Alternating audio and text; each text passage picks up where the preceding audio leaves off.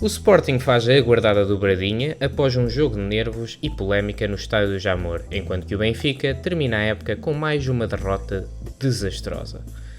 Lá fora, as maiores ligas da Europa terminaram. Barcelona, Liverpool, Nápoles, Bayern Munique e Paris Saint-Germain são os campeões dos respectivos países. Falta apenas a Liga dos Campeões, que irá ser jogada este sábado. Para discutir tudo isto e muito mais, está reunido o nosso triângulo ofensivo. Eu sou o vosso moderador e representante do Benfica neste triângulo. Comigo tenho o nosso representante do Porto, Ricardo Martins. Boa noite a todos, boa noite aos meus colegas de painel, boa noite aos nossos ouvintes. Espero que esteja tudo bem com todos aqui nesta, uma das últimas sessões desta época. Vai ser giro. E o nosso representante do Sporting, Igor Mota. Uma excelente noite a todos. Vamos sem mais demoras para o assunto da semana. Final da Taça de Portugal, Benfica 1, Sporting 3, após o prolongamento. Benfica esteve a ganhar até ao minuto 98, quando o Renato Sanches cometeu falta sobre Gyökeres na área, que empatou o marcador através de grande penalidade. No prolongamento, o Sporting virou o jogo e ainda chegou ao 3-1 com golos de Arder e Trincão, terminando assim uma final envolta em drama, polémica, caos, mágoa, azia e tudo mais. Bem, vamos a isso. Começo por ti, Ricardo. Como neutro, qual a tua leitura deste jogo? Olha, esperava mais do Sporting em 90 minutos, sou sincero. Os primeiros 90 minutos do Sporting foram algo... Acho que estavam afetados pela ressaca da festa. Eu avisei para isso na semana passada. Parecia que estiveram em festa a semana toda. Parece que a época já tinha terminado. Mas não, e então acho que o Sporting acabou por ser um pouco... Ia dizer atropelado, mas não chegou a tal proporção. Mas acho que o Sporting foi vítima do seu próprio arrogância de certa forma. E pagou caro por isso, sobretudo nos primeiros 80 minutos. No entanto, acho que aquele penalti do Renato Sanches acabou por ser justiça, porque o Sporting acabou por equilibrar o jogo a seu tempo e mereceu levar o jogo para o prolongamento. No prolongamento foi um atropelo completo do Sporting ao Benfica. Ok. Não vou falar já da arbitragem, há muito para se dizer, sejamos sinceros, mas encaixou bem esta vitória no Sporting. Igor, concordas com o Ricardo? Foi o justo vencedor, o Sporting, neste encontro? Vamos por partes. Foi um jogo de uma equipe só. E essa equipe não foi o Sporting, na minha opinião. Acho que o Benfica vai colocar muita culpa na arbitragem, mas eu acho que foi muita incompetência do Benfica durante o jogo, porque teve mais oportunidades, teve mais volume de jogo, pegou um Sporting, como o próprio Ricardo disse, de ressaca. O Sporting não jogou nada, não fez por merecer nada, achou um gol no último lance, nos minutos finais, na verdade, começou a jogar. E a partir desse momento o jogo fica igual, porque o Benfica, com a burrice do Renato de não ter feito uma falta antes, acaba fazendo um pênalti, vai para uma prorrogação que todos já sabiam o que ia acontecer, mas eu acho que o jogo em si era totalmente do Benfica, e essa perda de título, na minha opinião, foi uma incompetência muito grande, mas fico muito feliz que tenha sido o Sporting o ganhador. Basicamente o que estás a dizer é que nem oferecido. Nem que o Sporting oferecer, o Benfica ganhou, basicamente é o teu. Sim, eu acho que assim, o Sporting começou a jogar ali nos 75, 80 minutos pra frente. Começou a jogar, que eu digo, viu que tinha uma partida pra jogar.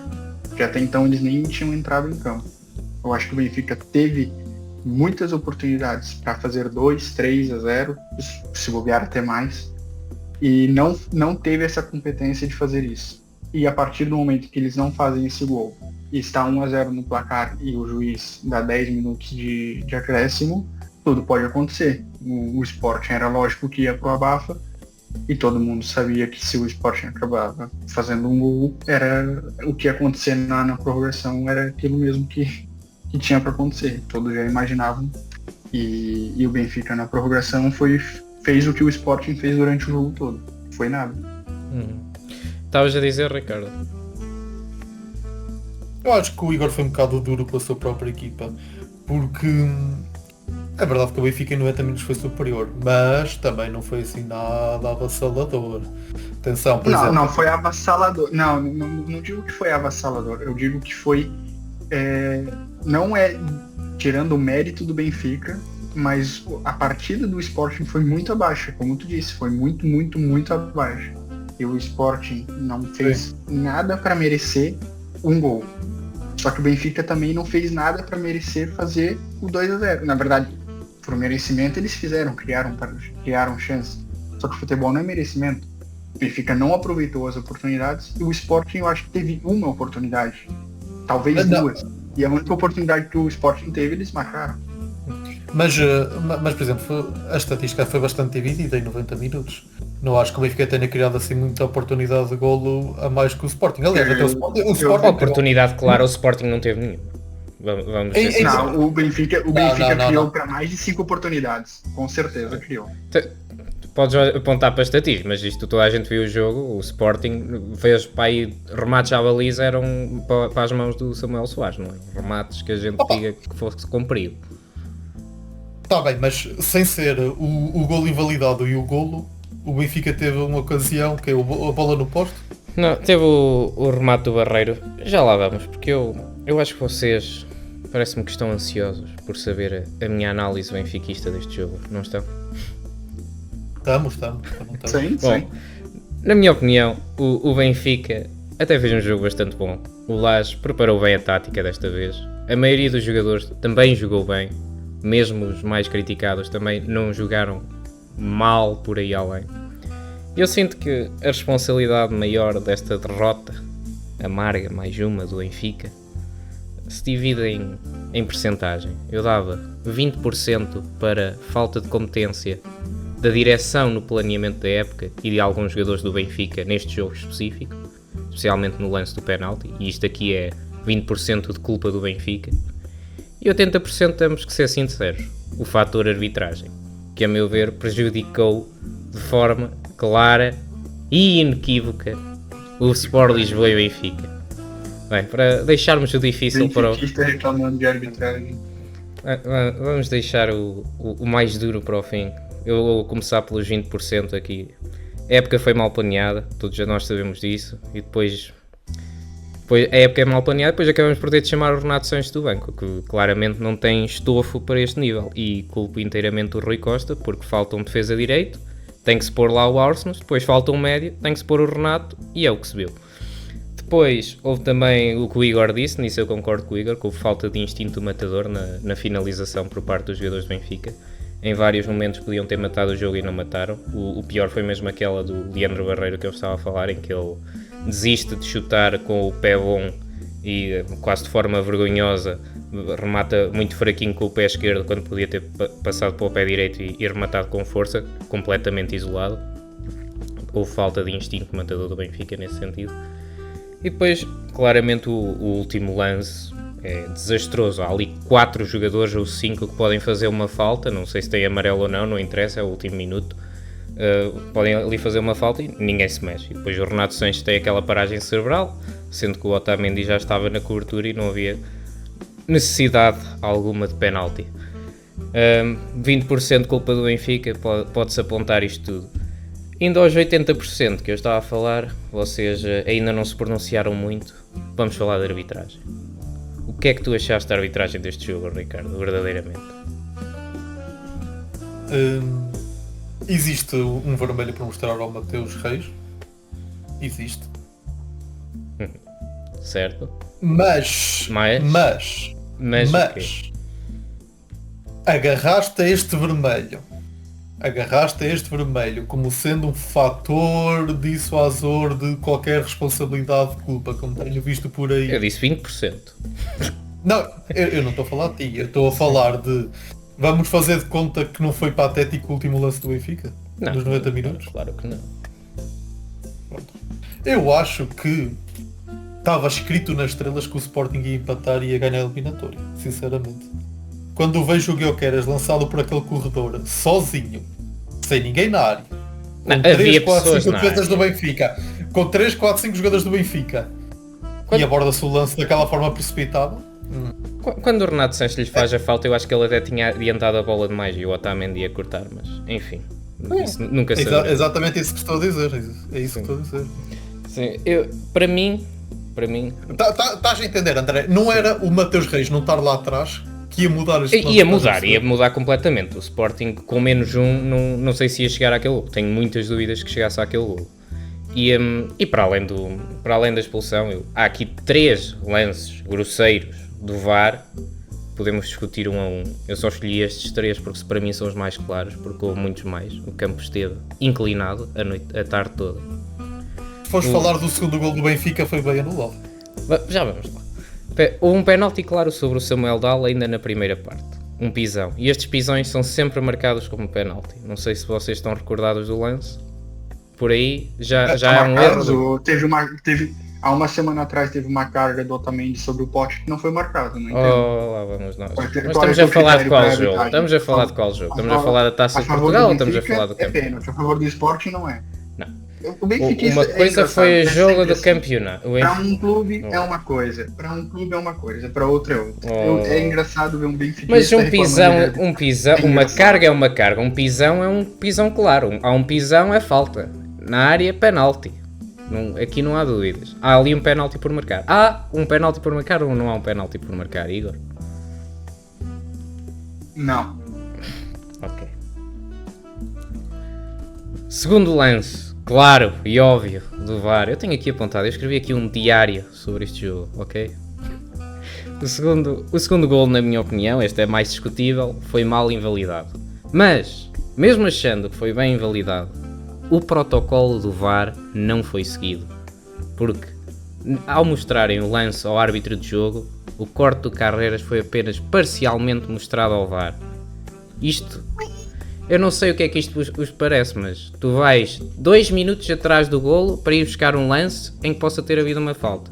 Mais um bocadinho iam buscar um lance à primeira parte. E depois só mostram metade do corte ao árbitro, não mostram que o Carreiras toca na bola antes. Isto para mim, não sei quanto a vocês, mas isto para mim parece uma coisa óbvia. Mas pronto. Há comentários sobre este lance? Era vermelho. Não. Comentários sobre o lance do... Estou a falar do lance anulado do segundo golo. Era vermelho. Vermelho para quem? Para o Carreiras. Para o Carreiras!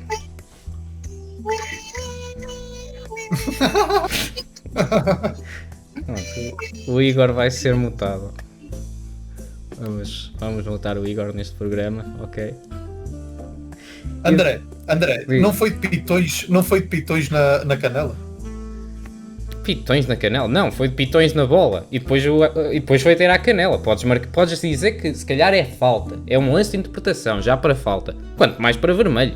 Nunca é vermelho. Nunca na tua vida aquilo é vermelho.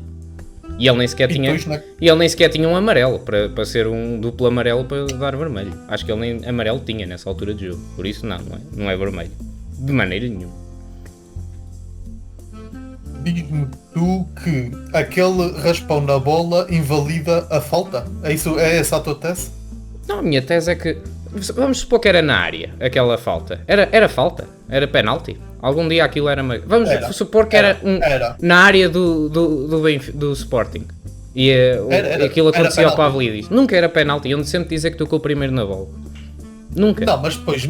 Estou aqui a rever o lance enquanto falo contigo, porque já me estavas a fazer... Já me estavas a tentar mudar aquilo... E depois porquê que o VAR não mostra o lance todo? Porquê? Como assim não mostra o lance? Não mostra o lance todo ao árbitro de jogo, só mostra depois dele já ter tocado na bola e quando já vai à canela do trincão, para dizer que é falta. Não mostra que ele tocou na bola primeiro. Porquê que não mostra que ele tocou na bola primeiro? Diz-me tudo. Mas não achas que os pitões do Carreiras foram diretos à canela do jogador do Sporting e que é falta? Não acho que seja falta. É um lance de interpretação, mas não acho que seja falta. E de qualquer maneira, nunca, tem que sempre mostrar o lance todo. Nunca podem mostrar só. Agora, imagina que eu te dou uma chapada a ti e depois tu dás-me a mim. Só mostram tu a dar-me uma chapada. Isto é justo? André, em 2021 eu vi este árbitro dar vermelho direto ao Luís Dias por ter rematado a baliza e ter acertado com os pitões na perna do adversário no movimento descendente da perna após ter rematado a baliza. Tá bem, já e tu estás-me a dizer que isto não é falta? E o Luís Dias levou vermelho direto. Numa falta na altura até sobre o David Carmo, que depois no ano a seguir foi para o Porto. Tinha que ir ver esse lance outra vez, mas não me surpreende. A arbitragem portuguesa é incompetente, tal como se mostrou neste jogo. Se não é incompetente, é outra coisa que eu não quero dizer aqui para não fazer acusações. Mas remata a bola e no movimento descendente da perna, após rematar a bola, acerta com os pitões na perna do adversário, vermelho direto. E tu estás-me a dizer que esta falta de pitões não é falta e vermelho direto? Porquê? Para mim não é. O Igor está mutado mesmo? Espera aí, eu acho que já lhe aumentei o som. Espera aí. Eu já lhe pus o som normal. Não está mutado. É que eu realmente acho muito engraçado. Ainda nem falamos do último lance, que é o pior, mas deixa aí. Qual é o último lance? Por curiosidade, qual é o último lance? É o do Belotti, obviamente. O do Mateus Reis ou o Belotti. Mas diz-me, Igor, o que é engraçado? É engraçado que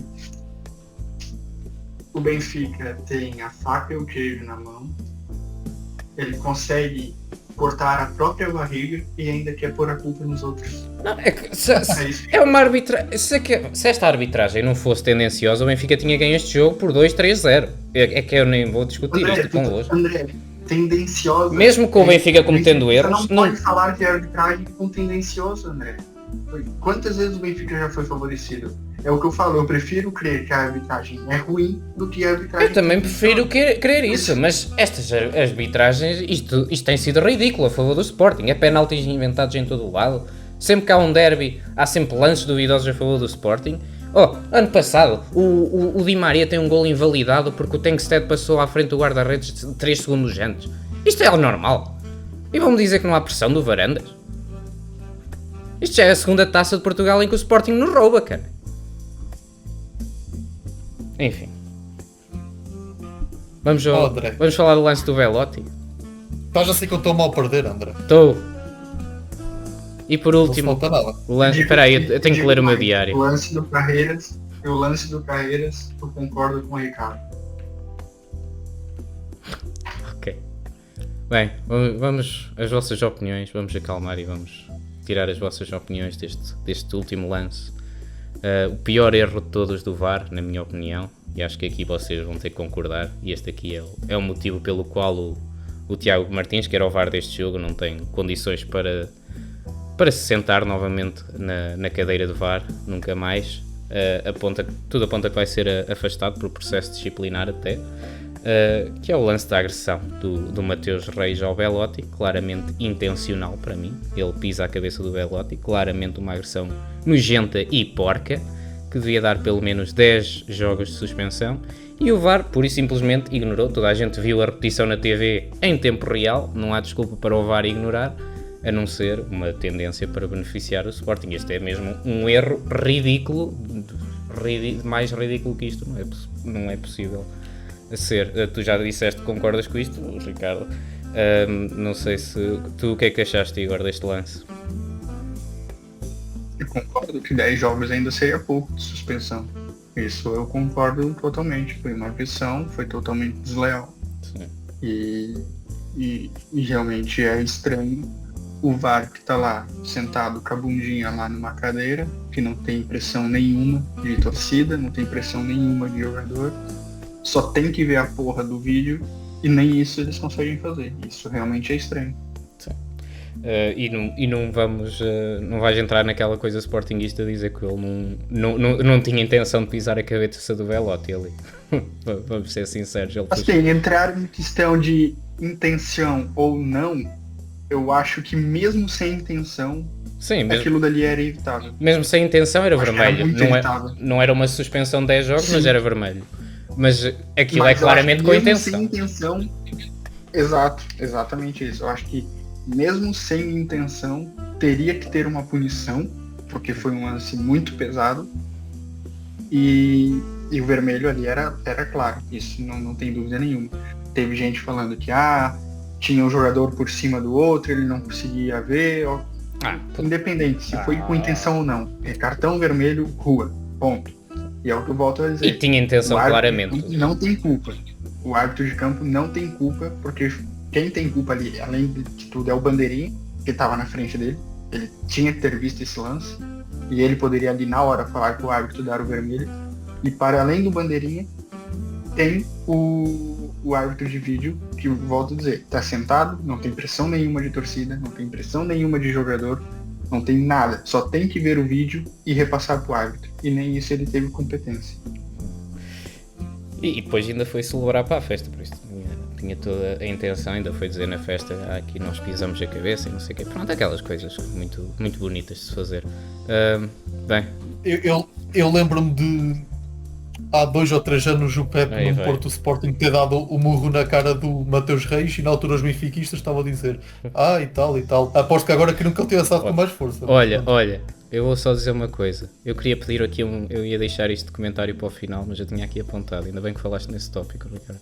Eu queria pedir uma transferência ao Rui Costa. Já que ele anda a contratar os velhadas todos, que o Benfica foram fora do Benfica e agora voltaram, espero que contrate o Pepe da Reforma na próxima época, para no próximo jogo com o Sporting ele acabar o bom trabalho que deixou a meio nesse jogo que tu estavas a referenciar e fazer o favor de subtrair o resto dos dentes que o Mateus Reis ainda tem na boca. Gajo nojento. Bem, acabamos por aqui. Também um ponto que não estou justificando a agressão do Mateus Reis. Tudo ali realmente é vergonhoso e para mim ele merecia ganhar uma punição muito grave em relação a esse lance. Só que eu já vi muitos lances do próprio Pepe, que ele foi muito desleal, do próprio Otamendi, que ele também é muito desleal. Sim. E são jogadores que continuam jogando, não tiveram grandes punições. Mas eu não me lembro de nada então, a este nível. Tu dar um soco na boca do jogador não é nesse nível? Não vais comparar com o do ano passado, ao pote. Tu andas a apanhar sol nas filas da AIMA, Igor. Não. Eu tô falando do Otamendi. Vamos falar do Otamendi, a própria cotovelada que ele deu na boca do Rafinha no Brasil e Argentina. Sim, eu não tô falando das seleções em específicos, eu tô falando de jogadores. Sim, São jogadores que também são desleais, também são muitos desleais, mas que também não sofrem punição. E é por isso que eu digo que eu não sei se a arbitragem é tendenciosa ou se eles são só ruins, entende? Não, mas tu não estavas a referenciar aquele lance do Di Maria e do Pote do ano passado, então, pois não? Não, tava falando do lance do soco, eu tava falando do próprio Pepe. Sim. Foi um... Então assim, o que eu digo é isso, são jogadores que também são desleais, e digo que são mais desleais que o Mateus Reis, só que essa agressão do Mateus Reis, ela eleva um pouco o nível, porque realmente é muito vergonhoso o que ele fez. Um colega de trabalho que está no chão, sem defesa nenhuma, ele fez o que fez, né, no caso, mas não tira todas as agressões que o Di Maria, que o Otamendi fez, que o Pepe já fez. Vamos aumentar o leque. O próprio Felipe Melo, que é um jogador super agressivo. O Gattuso, pra que mais? O Gattuso merecia ser preso em alguns momentos da carreira dele. Entende? Havia um jogador do Porto chamado Aloísio. Sim. No Brasil, em São Paulo, existia um jogador chamado Aloísio Boi Bandido. Que era um jogador que ele levava tudo que vinha pela frente. E batia, se não batia na mãe porque era vergonhoso. É o mesmo Aloísio do Porto ou Ricardo? Agora fiquei na dúvida. Não sei, mas já ouviste falar de outro brasileiro chamado Mozart? O Mozart? O Mozart tinha classe, era bandido, mas tinha classe. Não, Mozart não, nunca ouvi isso. Esse quase lhe partia a perna ao Ronaldo, o fenómeno. Mas nem vamos comparar, Ricardo. Jorge Costa, Paulinho Santos, isto são nomes de pesadelo. Mas também te digo uma coisa, se nos anos 90 achavas aquilo duro, Anos 90 era futebol de homens, não é esta coisa de andar a pisar cabeças. Pá. Oh. Isto agora o Sporting só tem nojentos ali na parte esquerda do campo. É o Pote, é o Maxi Araújo, o Nuno Santos, o Mateus Reis. O Pote é nojento agora. O Pote sempre foi nojento, não é só agora. Bem, acabamos por aqui a revisão do Benfica Sporting da taça, foi divertido. Só mais uma coisa que eu sou... não sei se têm comentários vocês, eu tenho aqui só um breve comentário. O comunicado do Rui Costa, da direção após o jogo, com as queixas da arbitragem. Sinceramente não gostei, só há choro. Se é para condicionar árbitros e a Liga como o Varandas faz, convém fazê-lo antes da época acabar, senão soa mais a propaganda interna do que outra coisa. E pronto, e mais não digo quanto a isso. Vocês têm alguns comentários sobre o comunicado? Choro, é só choro. Choro. Mas pelo menos a seleção não joga mais no Estádio da Luz, que eles estavam a estragar o relevado. Aliás, eu acho que a seleção vai acabar se não puder jogar no Estádio da Luz, certeza. Foi bonito. Vamos aqui ao jogo de ontem. Real Betis 1, Chelsea 4. Betis esteve a vencer com um golo ainda na primeira parte, mas na segunda parte o Chelsea demoliu a equipa de Sevilha com 4 golos. Igor, havia um desnível claro entre estas duas equipas? Com certeza. A gente até brincou no último podcast ali com o Gold, mas não. Quem viu a partida, o gol do Betis só deu mais vida pra eles mesmo, pra eles jogarem um tempo feliz. Porque, na minha opinião, o Chelsea foi superior a partida toda. Comentários sobre o jogo, Ricardo? Quando nem o gol te vale de alguma coisa porque há um desnível muito grande, não é? Exato. Por acaso eu não estava à espera que o Chelsea fosse uma vitória tão expressiva. Quer dizer, até estava confesada que o Betis chegava lá. Mas sim, foi uma demolição total. Cole Palmer está de volta aos grandes jogos, fez 2 grandes assistências durante o jogo, não foi? E pronto. Foi uma boa Liga das Conferências. Foi o único jogo que eu vi da Liga das Conferências desta época. Vocês viram mais? Eu vi contra o Betis do Vitória Guimarães, mas também foi o único que vi. E este à final. Pois. Eu vi o do United. Do United? Não, O United, Liga das United não. Não, o United foi na Europa League, então esquece, foi o único jogo que eu vi. Eu ia dizer que eu vi os 2 jogos da semifinal. É da qualidade da United. Conference, mas não é da Conference ainda. Pode Quer ser, dizer, agora já nem qualidade para a Conference, que não ficaram nos lugares para qualificar para a Conference também. Por falar nisso... uma boa notícia pro benfiquista, eu acho. Diz. O Di Maria saiu. Di Maria é do Rosário Central. Foi anunciado agora? Sim, agora à tarde. Foi anunciado pelo Rosário Central. O homem estava mesmo com vontade de se ir embora, nem esperou. Esperou que 3 dias para ser anunciado. Sobre o Di Maria, o pessoal vai fazer bullying com o Di Maria e ele neste último jogo até já entrou, parecia deprimido a entrar naquele prolongamento. Depois a gente acabou por nem falar no prolongamento porque foi o que já se esperava. Mas eu acho que o Di Maria não fez uma segunda vinda assim tão má. Teve momentos maus, acho que também não foi bem aproveitado nem pelo Schmidt e mesmo pelo Lage também não foi aproveitado a todas as suas capacidades. E acho que o Di Maria vai sempre estar no coração dos benfiquistas e é o que interessa, o grande Di Maria. Mas ele só sai depois do Mundial. É a notícia que está aqui, pelo menos. Não dá para adiantar isso. Estou a brincar. Grande Di Maria, bem.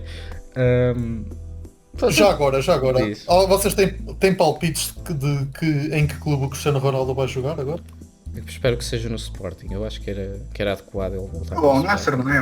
O presidente lá tá muito otimista com a proposta que eles ofereceram. Mas não diziam que ele quer assinar com um clube que ainda vai jogar no Mundial? Quer jogar o Mundial de Clubes? Não, isso é aquilo que eu digo. É a imprensa tentando colocar o Messi contra o Cristiano Ronaldo novamente.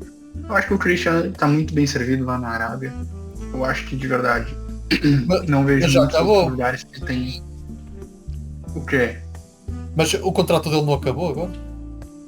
Sim, exato. E o presidente, diz o presidente que está muito otimista que ele aceite a renovação de contrato que eles ofereceram, que eles vão oferecer brevemente pro Cristiano.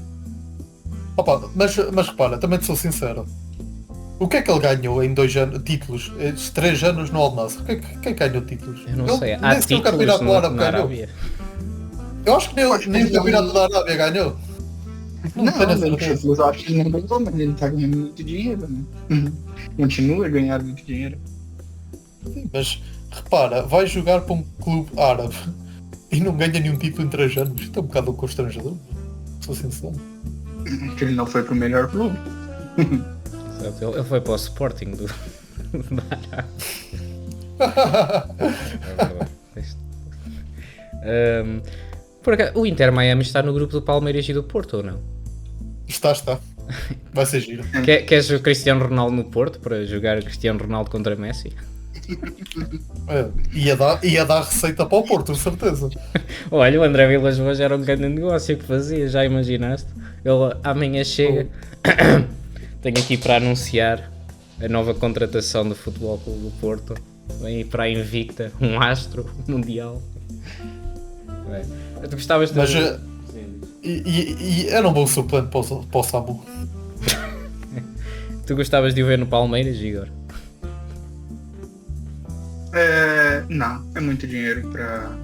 É como eu disse, o Cristiano não tem dúvidas do que ele fez pelo futebol, mas eu acho que, não sei, poderia se aposentar para terminar com uma carreira muito bem feita.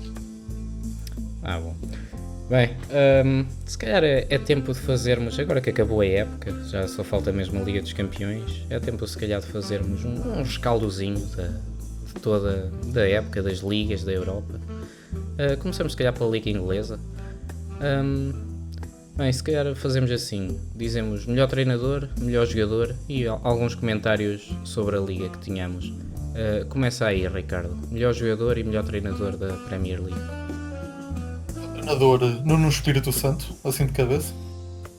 Eu só quero deixar claro que o André não nos avisou disto, pelo menos a mim não me avisou, vou dizer as coisas de cabeça.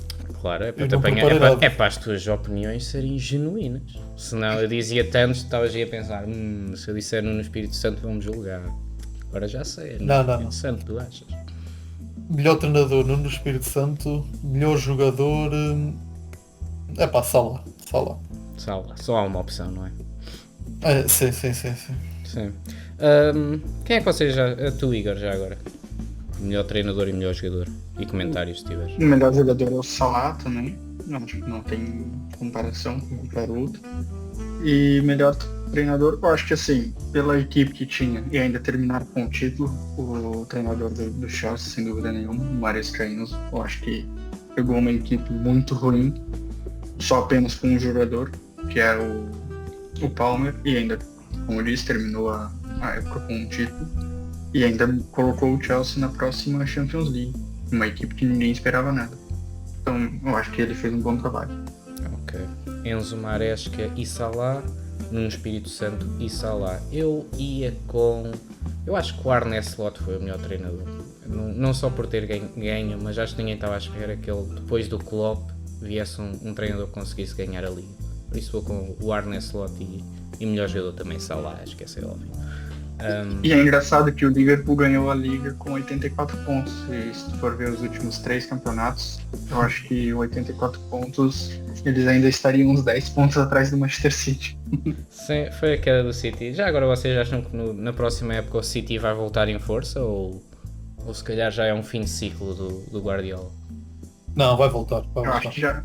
Não, eu acho que já acabou o ciclo.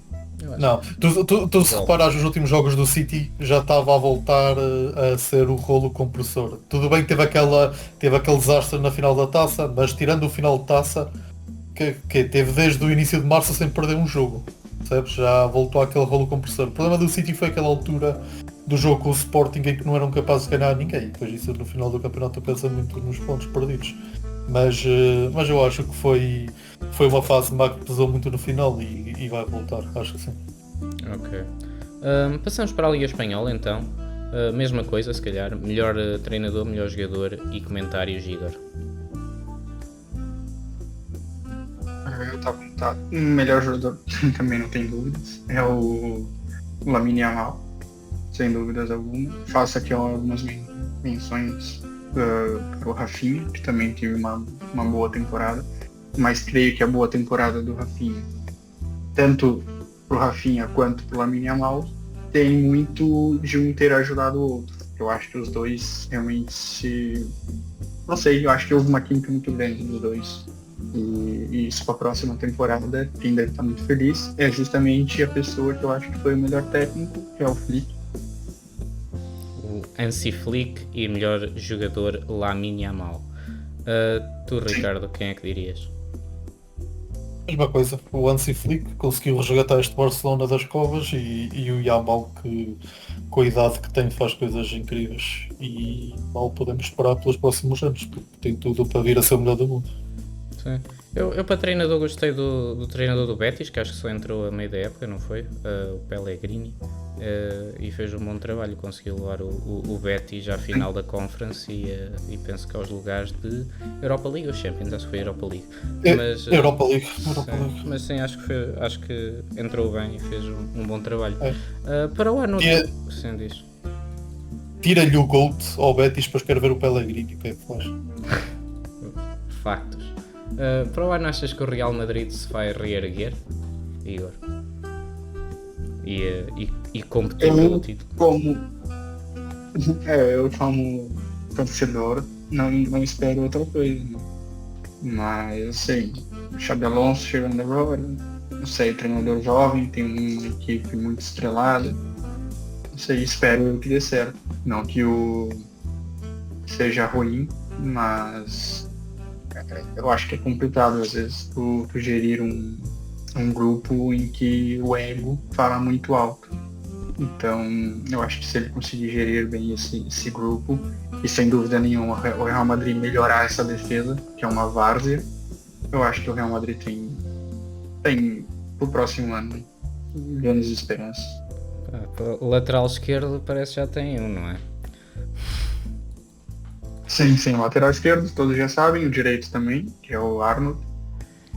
Para defesa, é como eu digo, o Asensio não acho que ele seja ruim.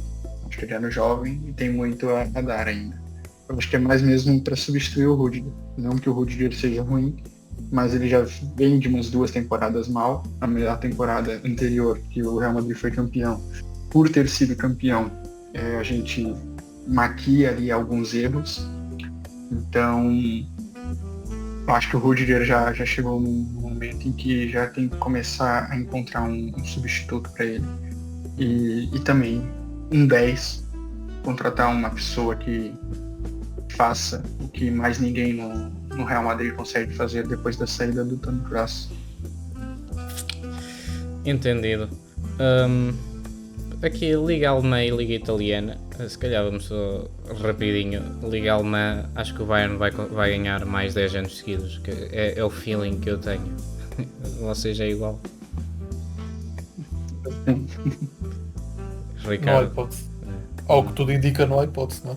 Sim, acho muito difícil competirem pela Liga Alemã, acho que vai ser mais muitos anos disto. Acho que o Leverkusen foi só um erro na Matrix.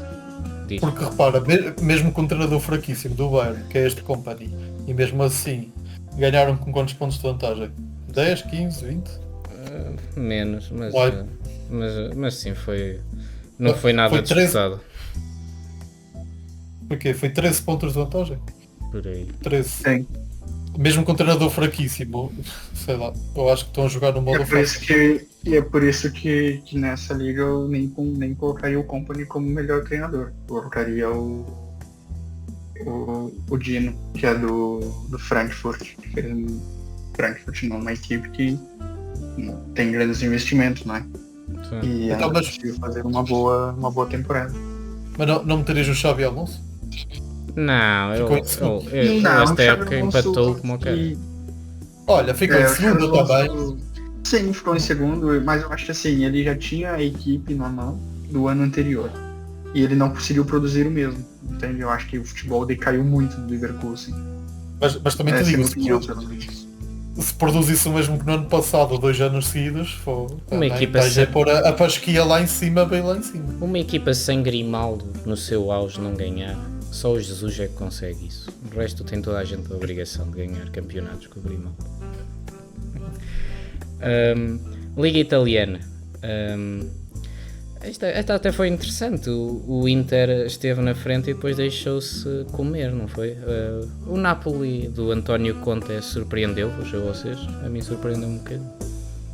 Olha, quando tens o McTominay no meio campo, que é o segundo GOAT a seguir ao Anthony, tudo é possível. Não, mas agora a sério, o McTominay é grande média. Eu nunca der um valor ao McTominay. Acho que é um excelente médico, com excelente chegada à área adversária. Pá, e o rapaz é habilidoso. Eu gosto do McTominay. Parece que todos os jogadores que saem do United são grandes craques depois de saírem. É verdade. Era exatamente isso que eu ia falar agora, André. Pra ti ter sucesso na tua carreira, vai pro United, faça uma temporada ruim, porque qualquer um faz uma temporada ruim no United, depois sai e vira estrela de outro time. Pronto. Sabes quem não vira estrela em lado nenhum? David Neres. Essa aí teve 28 jogos. Não, mas é porque 28 jogos nas gols. Aquele lá, ele é um bicho preguiça, aquela coisa lá. 28 jogos, 2 golos. 2 golos. Uma Schmidt. equipa que produziu tanto. O Schmidt 2 tinha golos. razão em não meter. O Schmidt tinha toda a razão. A única coisa que o Schmidt tinha razão também. We have to accept David Neres, not good player. Yeah. Por acaso, eu não escrevi nos assuntos no WhatsApp, mas agora temos de fazer o mesmo para a Liga Portuguesa, não é? Melhor treinador e melhor jogador. Igor, o que é que tu achaste? Ui. Esta é difícil. Melhor jogador não é. Ganhou 2 taças das 3 que disputou. Pronto. Quem? Não entendi como. Rui Borges. Rui Borges. Exato. O melhor treinador, sim. Mas olha, Igor, imagina que o Rui Borges tinha começado do início ao fim da época. Tu achas que o Rui Borges era campeão? Já Sinceramente. tivemos essa discussão, ele disse que sim. Ai, foi. Sim, eu digo que sim. Pela inconsistência que foi tudo isso, eu digo que sim. Opa, eu ia tentar argumentar, mas eu acho que não. Eu acho que Não o era Lage campeão. foi o melhor treinador da época, apesar de tudo. Acho que o Lage foi o melhor treinador Mas da época. o Lage teve oportunidade, é o que eu volto a dizer, o que eu disse no podcast anterior, o Lage teve 2 oportunidades para ganhar o título e não conseguiu ganhar nenhum dos Só dois. faltou um pedacinho, tu não consegues. Só faltou isto e tu não estás a ver o que isto é porque eu não tenho a câmera ligada. Mas André, é um espaço mas é mínimo aquilo entre assim, os ó. meus dedos neste momento, é isto. Mas André, assim ó, quando tu chuta a bola e ela bate na trave, é quase gol, mas não é gol, entende? E gol foi o que o Sporting fez e o que o Benfica não fez. Pronto. Olha, É para mim lidar. o melhor treinador foi Vasco Matos, do Santa Clara, 5º lugar, com uma equipa muito abaixo do Vitória Guimarães, e terminou à frente. E É o bom. melhor jogador, Zaidu. Sai do Yusuf. Zaidu Yusuf. Acho que o Belotti foi melhor. Gonçalo Borges é o meu palpite, eu joguei. Estou entre os dois. Não, o melhor jogador foi o Guilherme. Sim, acho que O melhor, ninguém. o melhor jogador que eu quero, isto não há discussão. Sim, acho Não há que foi o discussão Guioqueras. O Guioqueras, o Yulman, segundo lugar, eu não sei se viram o novo vídeo na Rádio Lince Futebol. É Guioqueras, Yulman, Carreras, acho que foram os melhores. E o Pavlidis também agora no fim. Trincão também. Rodrigo Moura carregou aqueles burros todos, Sim, com 17 anos. está no número 8. Vamos ver o top 20. Oh, André, Comenta toda a achas que gente. alguém perdeu? Achas que alguém perdeu esse vídeo memorável? Claro que não. Bem, para mim o melhor treinador foi o Lage e o melhor jogador o Guioqueras. E acho que para a próxima época. Para o ano é que é, pessoal. Melhor jogador do mundo neste momento, para vocês. Dembélé. Para mim é. Acho que vou com Yamal. Mbappé não teve nos seus anos, mas acho que também é capaz de ser o melhor do mundo. Mas acho que é entre esses dois, é entre o Yamal e o Mbappé. Mas acho que é o Yamal. Dembélé. Tu, Igor. É que assim, o que a gente vai considerar? Porque se for a final da Champions, É o Dembélé. Não é? Tu tens de considerar quem é que tem o talento. Quem é que é o melhor do mundo neste momento. Quem tem um talento não dá para comparar qualquer um com o Gabigol. Tu queres dizer o Arthur Ele é um- Cabral diz logo, Igor? Não, eu não queria falar, mas tu já descobriu a minha tática, né?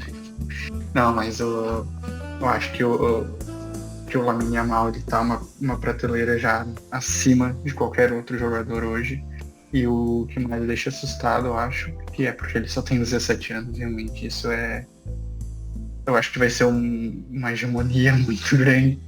Vai ser a lá Messi, talvez. Espero não estar queimando a língua, ou estar queimando o jogador.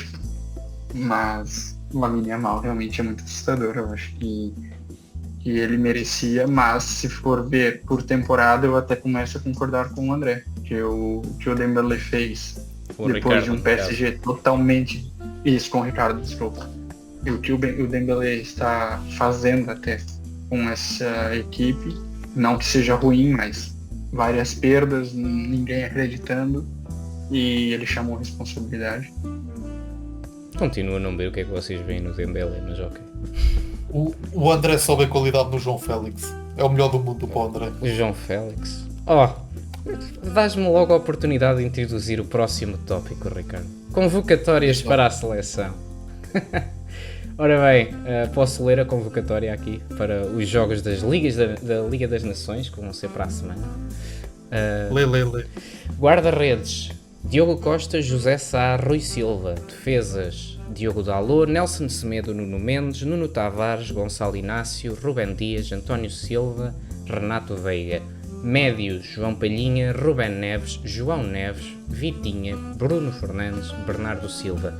E finalmente, avançados: João Félix, Francisco Trincão, Francisco Conceição, Pedro Neto, Giovanni Kenda, Rafael Leão, Diogo Jota, Gonçalo Ramos e, como não podia faltar, Cristiano Ronaldo. Opiniões sobre esta convocatória, Ricardo? Olha, eu digo-te uma coisa. O que é que o João Félix tem que fazer para sair? A sério, o que é que tem que fazer? Tem que se reformar? É como o Cristiano Ronaldo tem lugar cativo? É que o Cristiano Ronaldo foi o melhor do mundo. O que é que o João Félix fez para ter lugar cativo? É que até o Cristiano Ronaldo eu questiono. E foi o melhor do mundo. Imagina o João Félix. O que é que o João Félix fez para estar ali sempre? Eu acho que, o que é que o João Félix fez? mais tenebroso que o João Félix, Rubén Neves. Eu não sei o que é que o João Félix ao menos joga em ligas de expressão. O Rubén Neves. O que é que o Rubén Neves fez? Pergunto o teu. André, o Rubén Neves ainda joga. Repara, o Rubén Neves joga futebol. Joga aonde? Mas o João Félix joga aonde? No banco de suplentes do Milan? No banco de suplentes? Está a treinar com orientações do grande Sérgio Conceição. André, eu dei-me ao trabalho de ir ver. Quando é que foi a última vez que ele foi titular em algum jogo? Quando é que foi a última vez que ele foi? No fez Bolonha, 90 minutos. ou ele entrou ao meio, não sei, já não me lembro, eu não vejo jogos do Milan. Olha, o homem fez 90 minutos com o Bolonha. Antes disso, pela última vez que fez 90 minutos de um jogo, foi no ano passado, quando ainda estava no Chelsea. Epá, isto é ridículo, é absurdo. É absurdo. O que é que o homem fez para merecer ser convocado? Pronto, eu não vou defender João Félix, mas também não percebo porque é que levamos tantos atacantes. Parece que temos médios a menos aqui, e um deles é o Rubén Neves. Não concordas comigo? A defesa e os guarda-redes eu concordo. Agora há poucos médios, acho que havia aqui um Florentino. André, Florentino. Sim. Florentino. Que havia aqui um Florentino. Ou aqueles da Premier League, também jogam muito, o Mateus Nunes. Como é que o Mateus Nunes não entra e o Rubén Neves entra nesta convocatória? Mas o Mateus Nunes tem jogado também? Tem, é lateral direito até. Pelo que até o Guardiola disse que ele não é bom médio, mas para lateral direito serve. Eu por acaso não gosto desta convocatória. Cristiano Ronaldo, pronto, já aceitei. João Félix, ok, não está lá a fazer nada. Eu acho que está aqui atacantes a mais. Mesmo o Kenda, acho que também não está. E o Rafael Leão também não são jogadores que eu aprecio muito. O Pote podia entrar aqui só para meter nojo aos adversários. E tirando isso, também quem é que mais podia entrar? Há vários jogadores que podiam entrar da Premier League. Bem, estás Eu confiante, não sei. estás confiante para a Liga das Nações, para o que resta? Eu não. Eu espero o pior. O problema é que acho que ainda vai ser pior do que aquilo que eu espero. E eu já espero o pior. Para perceber a dinâmica. Eu olho para a convocatória, não vejo um Pep no centro da defesa, já sei que isto vai ser uma autoestrada. Eu não venho cá com coisas. Mas defesa... esse joga, esse ainda joga, atenção.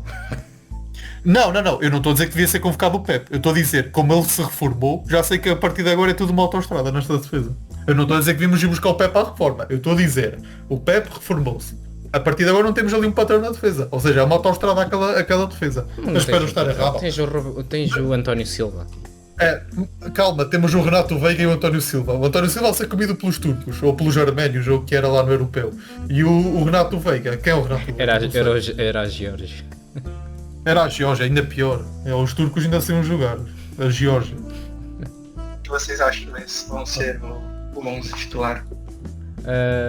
Diogo Costa, Dalot, Rubén Dias, Gonçalo Inácio, Nuno Mendes, Vitinha, Bruno Fernandes, Bernardo Silva, Pedro Neto, Cristiano Ronaldo e Rafael Leão. Acho que vai ser o 11 inicial, com grande pena minha. E tu, Ricardo, concordas? Eu acho que o João Neves vai jogar. Não, ou não, se calhar até vai ser exatamente esse o 11. Mas eu poria o seguinte 11, já agora. Diogo Costa, Diogo Dalot, Nuno Mendes, Rubén Dias, Gonçalo Inácio, mas eu gostava do meio campo com João Neves, Vitinha e Bruno Fernandes. Mas depois também a última vez que fez este meio campo, parece que eles chegam à seleção e desaprendem de jogar futebol. Eu acho que a grande dúvida é o ataque. O ataque é que eu acho que o Roberto Martínez vai continuar a insistir no Cristiano Ronaldo e no Rafael Leão, quando eu acho que se tirássemos esses dois nós tínhamos até um bom ataque. Era tipo Pedro Neto, Diogo Jota e se calhar o Gonçalo Ramos. Sim. Ou o Trincão, ou mesmo o Trincão aqui também podia entrar bem. Sim, mas se tiras o Cristiano Ronaldo tens de pôr o Gonçalo Ramos. Podes pôr não poderia jogar só com 2 atacantes? Sim, não, esses ataques móveis, não, já o Schmidt, se aprendemos alguma coisa com o Schmidt é que esses ataques móveis não João obrigado. Félix não ataque móvel, não é uma boa ideia. Naturaliza o Tankstead. Que nome que me foste lembrar. Ai, Jesus, Tankstead. Só a coisa que eu posso dizer do novo Benfica é que é bem melhor do que o Benfica do Schmidt. Critiquem o Laje o que quiserem, ele pôs esta equipa a jogar muito mais do que jogava. Também não era difícil, mas... Sim. Pronto, à parte do benfiquista. Mas vamos deixar aqui a convocatória portuguesa por um momento, Igor. Depois já vamos a apostas para o jogo. E vamos falar aqui da convocatória brasileira. Eu estou a olhar para ela. Isto também não está muito famoso, Igor. Primeira convocatória do Ancelotti. Mas não está famoso. Precisa ter jogadores que tenham vontade de Bem, jogar. eu vou aqui ler. Alisson, Bento, Hugo Souza, a guarda-redes, goleiros. Defensores, Alexandro tudo junto, é o Alexandro separado e o Alexandro tudo junto, Beraldo, Carlos Augusto, Danilo, Léo Ortiz, Marquinhos, Wanderson e Wesley. Eu não conheço metade destes jogadores, Igor. Meio-campistas, Andrés Pereira, Andrei Santos, Bruno Guimarães, Casemiro, Ederson e Gerson. Atacantes já conheço mais alguns. Anthony, Estevão, Gabriel Martinelli, Mateus Cunha, Rafinha, Richarlison e Vini Júnior. Opinião sobre esta convocatória, Igor? A opinião é que tem alguns jogadores machucados. Isso nós já sabemos. Tem o próprio Magalhães na defesa que está machucado. O Militão. E também lembrando que essa primeira convocatória basicamente é do Ancelotti. Isso, ele chegou na seleção no domingo à noite e na segunda-feira ele teve que convocar. Lógico, ele já vinha estudando, creio eu, mas não creio que tenha sido uma convocatória dele. Mas acho que... acho que ele levou... Sim. Desculpa. Sim. Não, este Hugo Souza, que está a terceiro guarda-redes, este não era o que estava nos Chaves? Foi aquele que defendeu 3 penaltis no ano passado ao Benfica, não foi? Foi. Sim, exato. Eu lembro. Mas pronto, mas o Hugo é por causa que o Ederson está machucado também. Então pronto, os três goleiros é Alisson, Bento e Ederson, todos sabem. Na defesa, todos sabem ainda que tem Marquinhos não, é Murilo, o Magalhães do Arsenal que está machucado, o Éder Militão que está machucado. No ataque tem o Rodrigo que também está machucado. E sem dúvida nenhuma, por ser a primeira convocatória do Ancelotti, ele levou alguns jogadores de confiança, por exemplo, o Casemiro, que nem acho mal, porque o Brasil antes tinha jogadores ali que não faziam ideia do que estavam fazendo dentro de campo. E o Casemiro, pelo menos, é um atleta que me dá confiança. Não creio que ele faça cagadas que alguns atletas estavam fazendo. Um jogador que não me agrada tanto, mas é porque já trabalhou com o próprio Ancelotti, é o Richarlison, por exemplo, que eu acho que não fez nada no Tottenham a temporada toda, mas foi premiado com essa convocação no final de temporada. Mas pronto, eu acho que assim, como eu disse, eu acho que são jogadores que pelo menos vão ter vontade de estar na seleção, diferente dos que estavam sendo convocados. Tem muitos convocados que já estavam sendo, mas mudou uma boa parte. E eu acho que a seleção precisa disso. Precisa de novos ares, precisa de atletas novos e principalmente precisa de jogadores que queiram estar lá, que queiram jogar, que queiram representar a seleção. Não adianta tu levar qualquer jogador só por levar. E acho que uma primeira convocação está em um bom tamanho. Tens confiança nestes jogadores do Campeonato Brasileiro? Muitos do Flamengo, um do Palmeiras, um do... Sim, do Flamengo, um que eu não levaria de jeito nenhum é o Danilo, porque ele nem vem jogando no próprio Flamengo. Mas pronto, como eu disse, para a defesa o Brasil realmente ele tem 3 jogadores que são importantes que no momento não estavam disponíveis. Acho que do Flamengo o que vai continuar é o Gerson, que realmente é um atleta que está sobressaindo. E o Léo Ortiz, que também é defesa central. E o Wesley, que é o lateral direito, que ele junto com o Wanderson são os mais promissores que hoje nós temos. Mas sim, tenho confiança. É o que eu digo, eu prefiro muito mais ter um jogador do Campeonato Nacional que lutou para estar lá na seleção, ou seja, vai entrar lá e se precisar ele vai dar o sangue dentro de campo, do que ter esses jogadores aí de Premier League que entram lá e não sabem nunca o que vai ser a camisa da seleção brasileira. Entendo perfeitamente, Igor. Vamos se calhar passar para as apostas, o que é que acham? O jogo das apostas não está bonito, vamos ser sinceros. Está lindo. Ricardo 196, André 165, Igor 150, isto todas as semanas fica pior. Já tínhamos apostado no PSG Inter, só para lembrar, tu tinhas apostado 2-1 gol de Dembélé, Ricardo tinha apostado 2-0 gol de Vitinha e o Igor tinha apostado empate a 2 gol de Dembélé.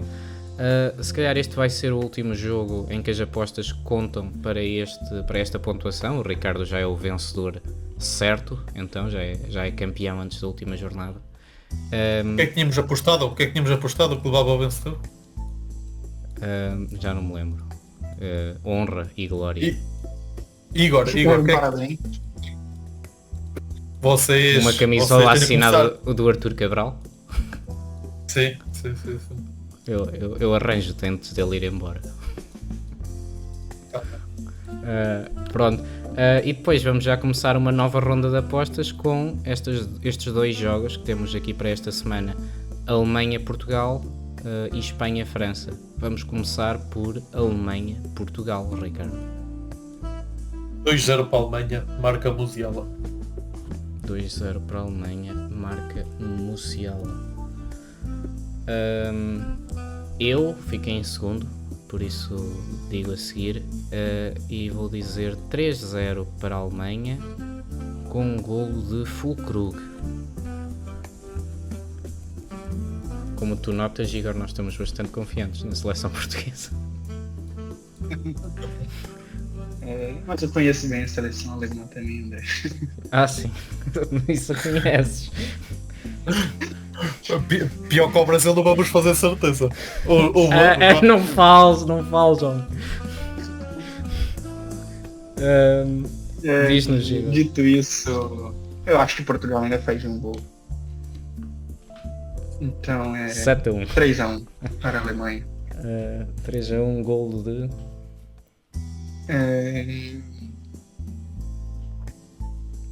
Pior que eu não conheço ninguém do ataque a não ser o Folclore. Mas eu vou de Musiala também. Musiala, então. Igor, sabes que vai estar o Cristiano Ronaldo a ponta de lança, não sabes? Exato.